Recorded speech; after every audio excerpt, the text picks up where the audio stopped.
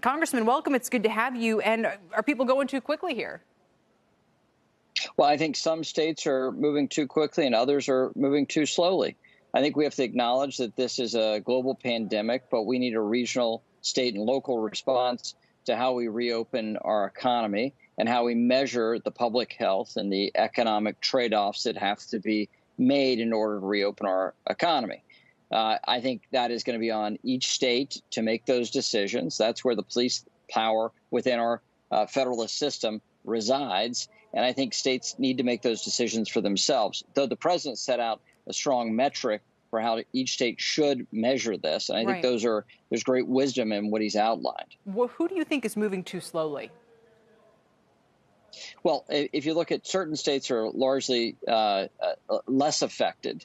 You could see states in the central part of our country that have been less affected than those on the coast.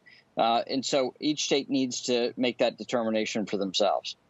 Right. And that's why I know that the decision has been delegated. But at the same time, so we've got Georgia saying they're going to start in a couple of days' time. Would you say they're going too quickly or not? I mean, who are we to even say if we're saying it's up to them?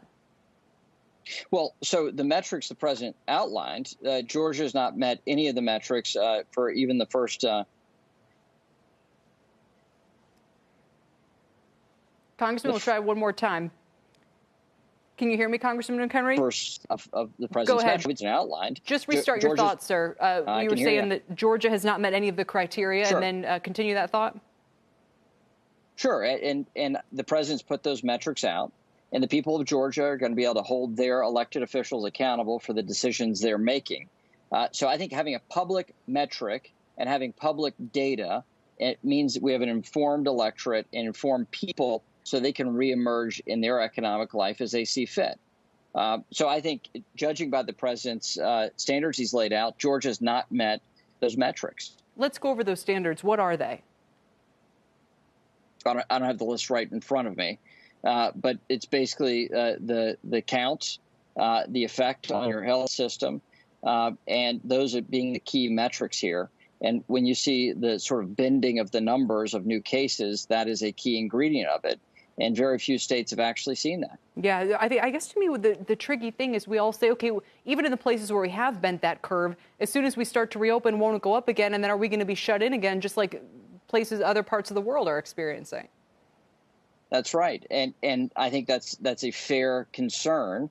And what I would say is I would rather take a few extra days in the name of public health than for us to drag ourselves into more illness, more deaths, and an overwhelmed health system. So let's be measured about this. Let's be pragmatic about it. The president laid out a very good set of metrics. We have public information that we can all use for ourselves to judge whether or not it's safe for us to reemerge in economic life. Yeah, I certainly hope that the healthcare system is at better capacity now to deal with a wave than it would have been when this first happened. Obviously, maybe that can give us, a little bit of comfort. People have suggested more vulnerable populations maybe continue to quarantine more aggressively. But if we're talking about a few days, sure, we could take that precaution. But what happens if people say, well, it'll be weeks or months still of a shutdown? I mean, at some point, I'm reading about how, liver transplants and chemo, I mean, that's not happening. I mean, these are, how do we get back to normal in that sense? Well, then that is also the regional approach. You have some hospital systems that are largely unaffected. There's got a good example in Pittsburgh. They have a hospital system that's largely unaffected, and so they can do some of the other procedures that have been left on the sidelines. And treat patients that would be at risk a month ago or 2 months ago. And so that needs to be focused on the hospital systems and those regional decisions. So we're going to have 50 different approaches to this, but we all need to have the same information so that we can hold our elected officials at the local and state level accountable for the decisions they're making. And so we can actually have our voices heard. What I don't want is all of us to hang out for all 50 states to be in an area of perfect safety. I think it would be far better for us to have half the states open and half the states moving more slowly than for us to have a one-size-fits-all approach nationally. Yeah, and we haven't even gotten into more funding for small businesses, which looks like it might be starting to come on the way. But we'll leave it there for now, Congressman, and thanks. We do appreciate it.